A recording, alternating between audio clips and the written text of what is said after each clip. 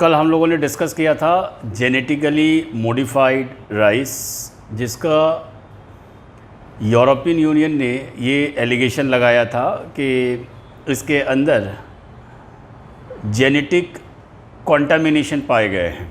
ठीक है, तो सबसे पहले जो बेसिक चीज़ें हैं वो आप ये समझिए कि what is genetically modified crops, what is GM crops, right. GM crops का डेफिनेशन आप लोग लिख सकते हैं।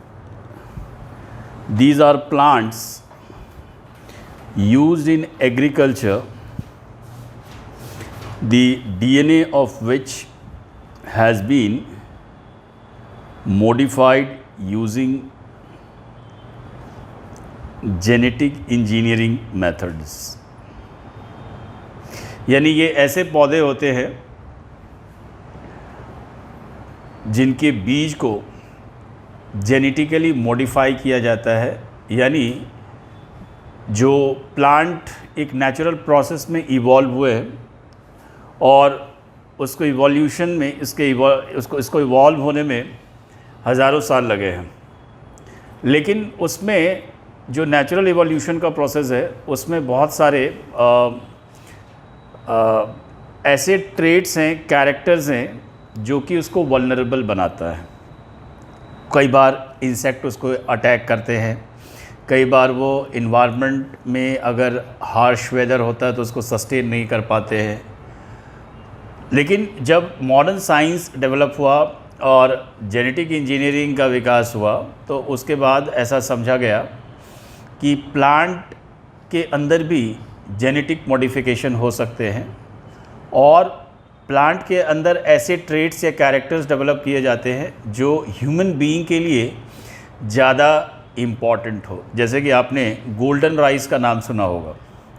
गोल्डन राइस भी क्या है, एक एग्जाम्पल है जेनेटिकली मॉडिफाइड क्रॉप्स का, राइट। इंडिया में भी जेनेटिकली मॉडिफाइड राइस का ट्रायल चल रहा है, यानी चूँकि इसके अंदर कुछ इन्वायरमेंटल कंसर्न है, कुछ टेक्नोलॉजिकल चैलेंजेस हैं, इसीलिए जेनेटिकली मॉडिफाइड क्रॉप्स को सीधे तौर पर लगाने की इजाज़त नहीं होती है। पहले इसके लिए फील्ड ट्रायल होते हैं और जो ट्रायल होता है उसके लिए गवर्नमेंट ऑफ इंडिया ने एक एजेंसी बनाई है जिसका नाम है GEAC। ये आप लिख लेंगे, GEAC, that is genetic engineering appraisal committee,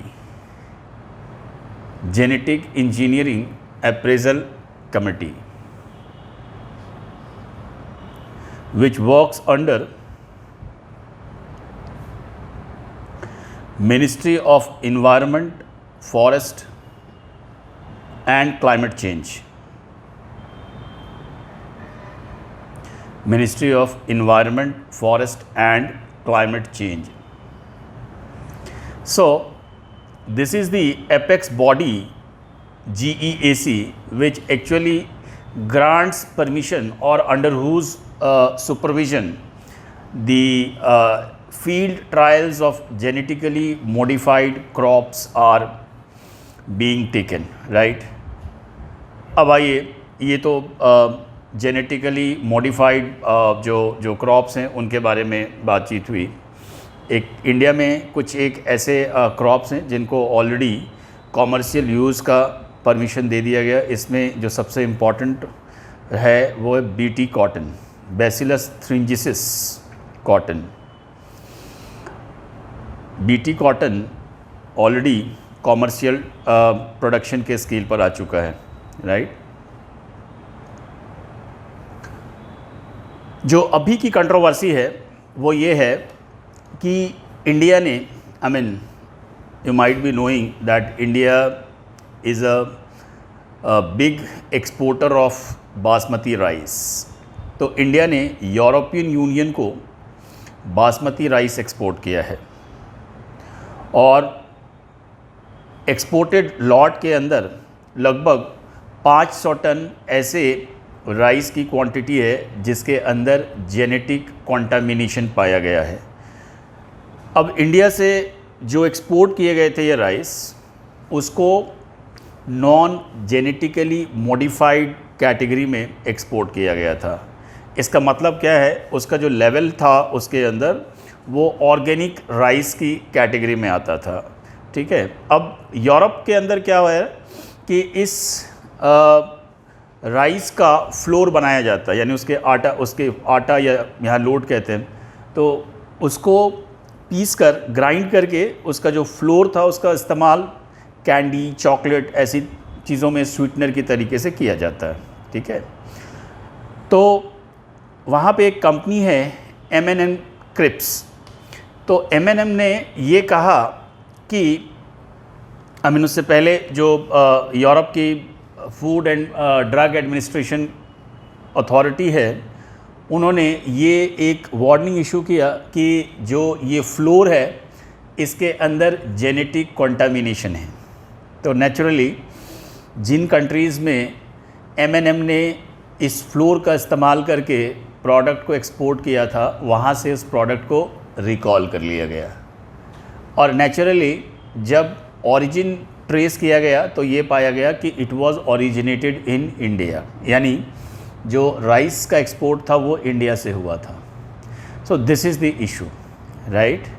कहने का मतलब ये है कि जो एक्सपोर्ट के प्रोटोकॉल्स हैं उसमें इस राइस की कैटेगरी थी ऑर्गेनिक कैटेगरी।